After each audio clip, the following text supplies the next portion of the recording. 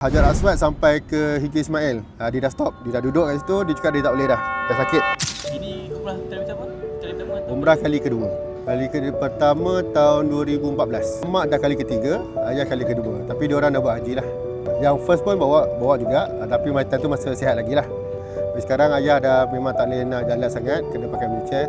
So cabaran tu, dia tak ada cabaran sangat. Sebab kalau di Mekah tu, ayah dia tak dapat nak jejak dekat dataran tu. Sebelum keluar daripada hotel tu, dia sihat. Alhamdulillah, dia okey. Lepas dia keluar dari bilik tu, dia dah mula sakit kaki, dah sakit pinggang. Lepas tu kita dah start masuk masjid, dah nak start tawaf yang pertama tu. Kita try follow ustaz yang guide, tapi dia dah tak larat nak jalan. Halfway je daripada Hajar Aswad sampai ke Hijri Ismail. Dia dah stop, dia dah duduk kat situ, dia cakap dia tak boleh dah sakit. Macam mana ni nak tanya ustaz pun, ustaz tengah tawaf, yang lain-lain pun juga.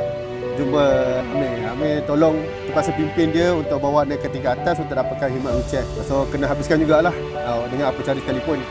So kita terpaksa ambil pendorong lokal dengan sedikit bayaran lah untuk komplitkan umrah dia.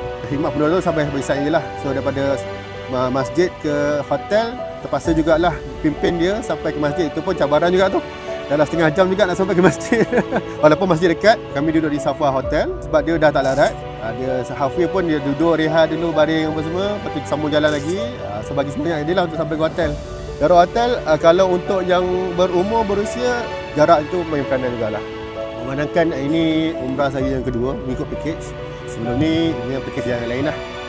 Yang package terdahulu tu macam kurang sikit dia punya perkhidmatan sebab dia bagi satu package umrah je. So maknanya dekat Mekah tu dia bagi untuk satu umrah saja. So umrah yang lain-lain tu pasal dia kena buat sendirilah. Kalau dengan package ni kita dapat 3 kali umrah percuma, didorong ataupun tidak didorong boleh buat sendiri. Tapi perkhidmatan daripada hotel ke tempat mikot apa semua tu ada package lah.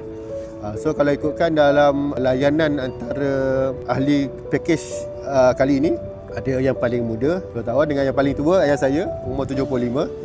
So layanan yang diberikan tu semua sama rata lah. Package yang kita ambil ni dia dah cover sekali dengan insurans. So makna kata apa-apa jadi dekat sini di Mekah ataupun di Madinah semua di cover under insurans. So macam mak saya pun dia tak sihat. Dalam package yang kita dah ambil ni insurans tu di cover untuk mak saya pergi ke hospital untuk dapatkan perkhidmatan rawatan lah. Itu antara kelebihan lah kalau kata ambil dengan package ni. Di Madinah ni rasanya tak ada apa-apa masalah. Akses ke masjid pun kalau dengan hotel agak dekat untuk ulang-alik, tak ada masalah. Dan itulah macam saya cakap tadi, jalan di Madinah ni agak flat, so senang untuk urusan tolak wheelchair. Mutawif, alhamdulillah sepanjang di Mekah dan di Madinah, segala apa yang dibagi tahu ke ahli-ahli rombongan sehari sebelum perjalanan tu dia dah bagi dalam grup WhatsApp information untuk pergerakan kita di hari esoknya. So sepanjang perjalanan daripada satu tempat ke satu tempat pun Mutawif brief di dalam bas tempat yang kita nak pergi melawat. Masa yang diberikan juga dekat satu-satu tempat tu pun tak adalah terlampau lama, taklah terlampau kejap. So dia ikut pada flexibility juga keadaan semasa.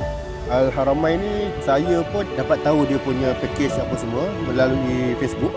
Saya just browse through apa condition yang saya nak.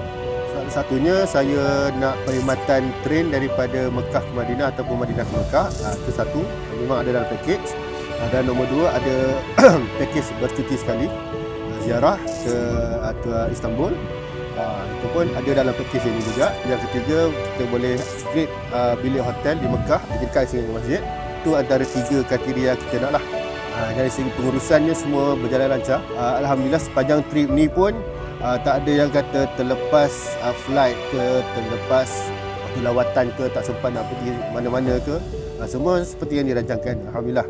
Kalau sesiapa nak menggunakan perkhidmatan Al-Haramain ni amat digalakkan lah. Saya pun kalau compare dengan package sebelum ni pun juga Al-Haramain ni jauh lagi better lah daripada package sebelum ni.